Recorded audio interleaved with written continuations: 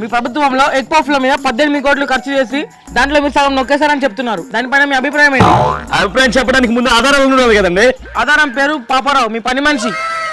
తెలుసు, అది మాకు తెలుసు.